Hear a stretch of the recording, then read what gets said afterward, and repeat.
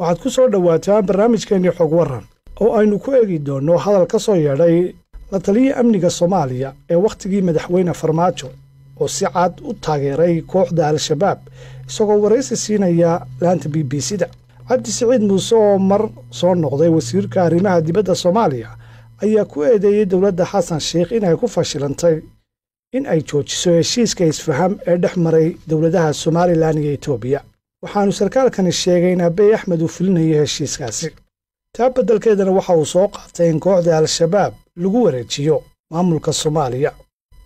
haddaba arrimahaasi oo su'aalo badan ay ka dhasheen iyo tuhunno in badan la qarinayay ayaa waxa aanu waraysi kala yeelnay garyaqaan Cabdiqani Xasan oo aanu khadka telefoonka kula xidhiidhnay. su-aasha ugu horreysay aanu weydiinayna waxa ay ahayd maxaa ka dhalan kara hadalkani sarkaalkani madaxweynihii hore Soomaaliya u qaabilsanaa dhanka amniga in uu ka soo yeedho hadal noocani maxayse ka turjumaysaa? dowladda Soomaaliya waxa gacanta ku haya adduunka gacanta ku haya dowladda laba caqabad hor taagan baa leeyahay mid waa Al-Shabaab oo taayada waa la dagaalamaya dhaqaalaha lagu bixiyaa ciidan baa lagu bixiyaa maalin kasta waxa ciidan jooga dowladda Soomaaliya oo dhan iyo waxa dhaqaalo ku baxaba wala dagaalanka Soomaaliya caqabada labaad waxay ahayd Somaliland la hadlo qiimaha terrorism iyo maahayada mawduuc noocaas Somaliland wax laga hadlayaa dowladda ka dhisan kolba meesha laga hadlayaa nimanka xamar u joogay taas Somaliland midna wala galama hadlayay wax laga hadlayaa qalba xukuumadda joogto hadda markii ay Somaliland MOU gashay waxay bilaabeen inay yiraahdaan beentoodii ay dhisaan oo yiraahdaan Al-Shabaab ay xoojinaysaa heshiiska Soomaaliya iyo Itoobiya haddaanay taa odhanna sharciyad ay ku hor istaagaan MOUs ama madaxbanida Soomaaliya iyo Somaliland qayb kama ahee ma hayaan laakiin security bay dhex geliyeen si ay u helaan in adduunku dhageysto ama loo fahmo oo caqabada laga qabo adduunka ay beenta u sheegaan badan Al-Shabaab la dagaalamayna wax la dagaalamin ay dhex gelinayeen marka automatic si loo yiraahdo Al-Shabaab jijiisa George loo yiraahdo shaqeeyo taasi wala laga soo diiday markii laga soo diiday aawa kan hadlayay iska dhigay ay tariixa amniga lahaa iyo sida dibadda lahaa wuxuu si toos ah u aqoonsaday in Al-Shabaab tahay xusbi ka mid xusbiyada Soomaaliya ee bixisana aanay ahayn balse ay tahay laan ka mid ah xafiisyada dowladda Soomaaliya taa waxaa mar walba darteeda reer Somaliland baa loo jeedaa in adduunka lagu soo diro doonaya waana caqabada maalintii dhowto ee Somaliland wax loo aqoonsan Al-Shabaab arrintaas waa taas mid kale kugu daraya Cabdiqani intaanad mid kale igu darin aan ka dhex galay waynu la soconaayo beesha caalamku lacag malaayiin dollar ayay ku bixisaa la dagaalanka kooxdan Al-Shabaab miyaana la odhan karin hadalkani wuxuu wiiqayaa wada shaqayntii beesha caalamka iyo dowladda Soomaaliya ma si toos ah u shaqeynaya ma aha automatic ninkan wuxuu ahaa dowladdii hore Soomaaliya laba qaybood buu ka hayay wasiirka arrimaha dibadda iyo la taliyaha amniga qaranka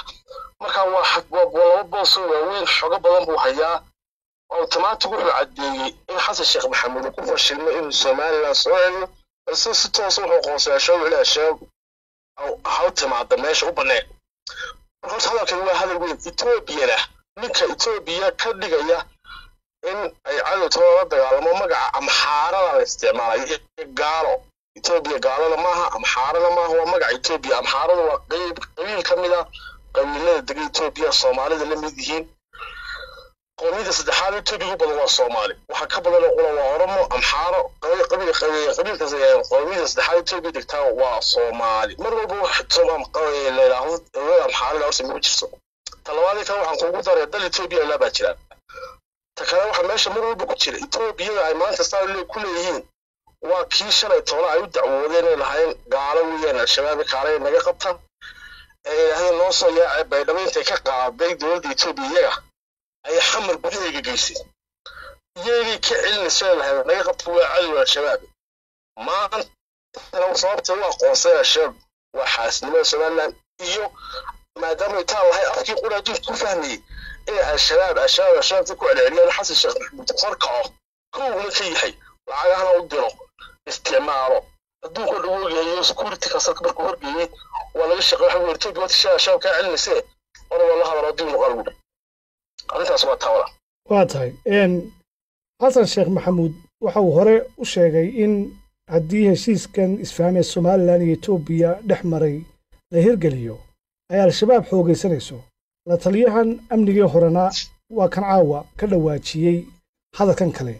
bal labadaasi isbarbardhig gariiqan horta walaalayaga adduunkan ka caawinaya al-shabaab iyo dowladista soomaaliya iyo somaliland baa kaga daranba tusaale iyagu waxay aaminsan yihiin cadow kaloo somaliland lahayn inaanay jirinba adduunkuna wuxuu aaminsan yahay inaanay somaliland cadow ku ahayn yaga si iyagu dhigayaan ay tahay in lala hadlo lala xaajoodo arrintooda meel la saaro wada hadla baa layidhi laakiin adduunku wuxuu qoray al-shabaab baa cadow ah iyagu taasay rabaan inay somaliland ku lalaan taas waa qodobka labaad ah arrinta al-shabaab bay xoojinaysaa waxay rabaan in somaliland run iyo been wax kastoo ay tilaabo la dhegeysan waayo la qoro al-shabaab adduunku maadaama hore waa qorsasha al-shabaab cadow yahay kaa somaliland la raaciyo shalay markii aqbalayeen wadahadallada somaliland iyo soomaaliya waxay si toosa u qireen inay somaliland ahayn al-shabaab iyo waxaase ay tahay in la xaajoodo waa kii shirka ugu dambeeyey jabuuti la fadhiyey al-shabaab guri fadhiyo caalamku taageerayay waa kii saxiixyada muuse bixi dareemayey wuxuu dareemayey waxa weeyaan al-shabaab adduunka oo dhan ma odhan kara al-shabaab baa la xaajoonaya jabuuti way marti qaadeen turkiga ingiriiska waxaanoo dhan imaaraadka maxay ka shaqaynayaan somaliland al-shabaab maaha mar kasta waxay u xidhaan shaalayda ku duleynaya magaca somaliland markaan ku sheegaya iminka nin baa cabdi xaashi galaabaa jooga hadduu somaliland doonayo inuu matalo kaaba ka seexada de adduunku wuxuu ku xidhay saxeexa kulba dowladda joogta somaliland baad la hadlaysaa marka arrintaas mar walba iyaga al-shabaab markay arkeen nimanka aad kor kugu daraya nafta walaali been baa jirta mar walba madax banaanida soomaaliya iyo somaliland ka mid tahay taas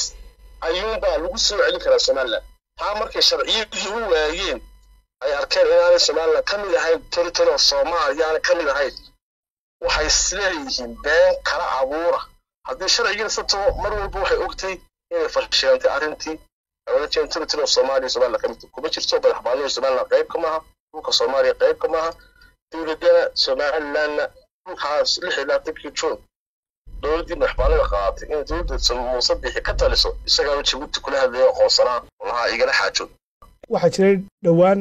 in qaar ka mid a xildhibaanada baarlamaanka dalkaasi soomaaliya ay hadleen iyagoo dhaliilaya dowladda soomaaliya mid ka mid a xildhibaanada ayaa sheegay xidhiidhka etoobiya iyo arrinkii ay dowladda soomaaliya xasan sheekh maxamuud ay sheegeen inay ciidamada etoobiyaanka ay ka saarayaan dalka soomaaliya ninkaa xildhibaankii waxa uu sheegay in ay jiraan mas-uuliyiin dowladda etoobiya ka tirsanoo xafiisyada fadhiya arrinkaasi gareeqaan bal tafaasiil laga sii horta shukuur arrintaasi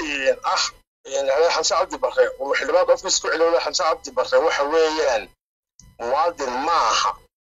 oo wuxuu ka mid yahay muwaadiniinta etoobiya sharcigii 60kii haddii laga hadlaya madax banaanidii soomaaliya 60kii sidoo dhigaya xeer number 9 1960 xeerka muwaadinka soomaaliya qayb intii ogaadeenku waxay noqonayaan akaani bay ka noqonayaan dalkii soomaaliya loo jeeday inuu gumaysan jiray taasi waa halkaas midda kale markii dowladda soomaaliya la dhisay ee caalamka dhisay etoobiya wada hadallaa u furmay shirkii arte ka bacdi alisoo shirku ka dhacay etoobiya xabti dowladda looma dhisi karo ilaa mulkeeda la xadido soomaaliya maanta cabdiqaasim xasan qolan laga saxay baa jira oo yidhi waxaan ku aqoonsanaya xuduudiina ku ekaanaya balse ha igu iman dhulka somaliland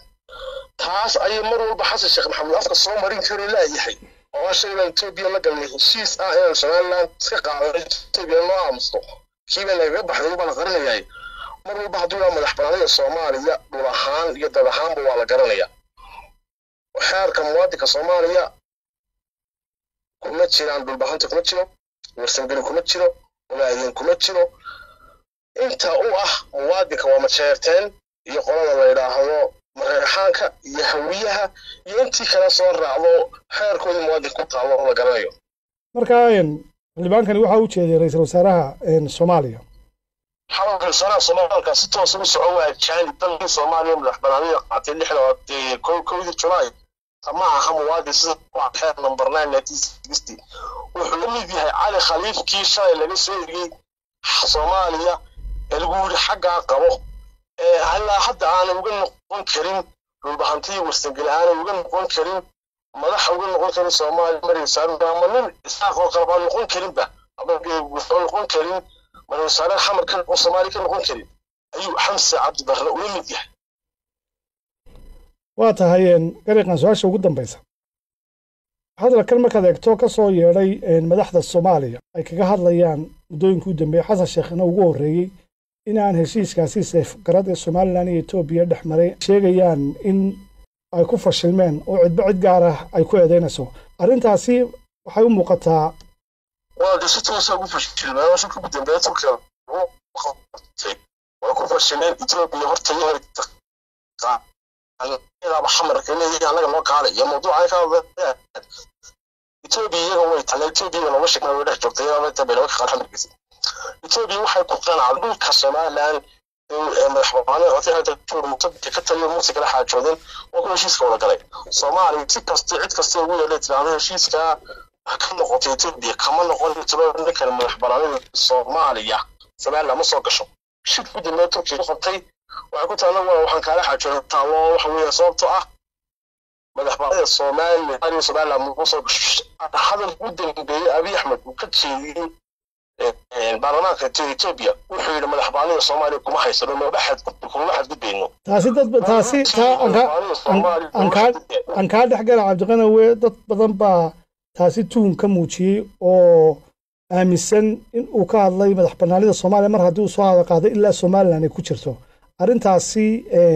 adoo cadeynaya ku soco walaal Muhammad Nawal sugu celinaya Abiy Ahmed kuma dhiisadeen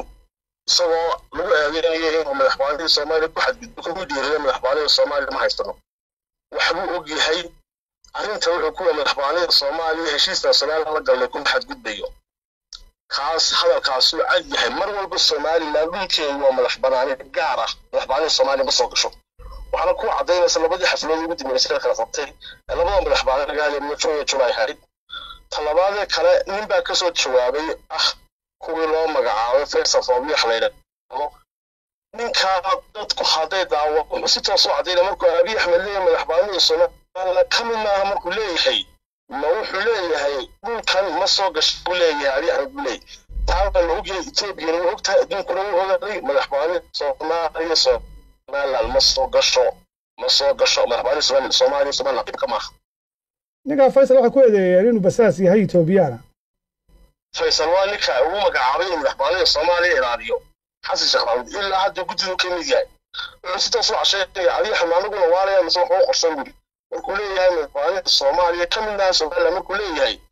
Abiy muxuu wataa buu leeyahay marka waxa kugu celin mar labaad shil baa jira la qariyo oo lagu xogteeda hayno khondawaa soo bandhigi doono Addis Ababa ka dhacay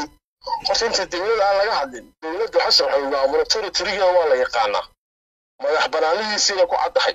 wax si socod inta dawladda sindalka ka horeeya dalka Soomaaliya madaxbanaanidiisa waxay ku dhisan tahay xuduudda Talyaaniga dalka Soomaaliya madaxbanaanidiisa waxay ku dhisan tahay xuduudda Ingiriiska dawladda ka shaqada taana taas oo caalamka macaamil marka waxa weeye mar walba dawladda laga hadlin dawladdan dhulkeedu waa madaxbanaanidiisa Talyaaniga dawladdii kale Soomaaliya waxay sheegeen jiray waa laga tagay waa tahay waad mahadsan tahay gariiqan Cabdiqani Xasan ayuu ka saaray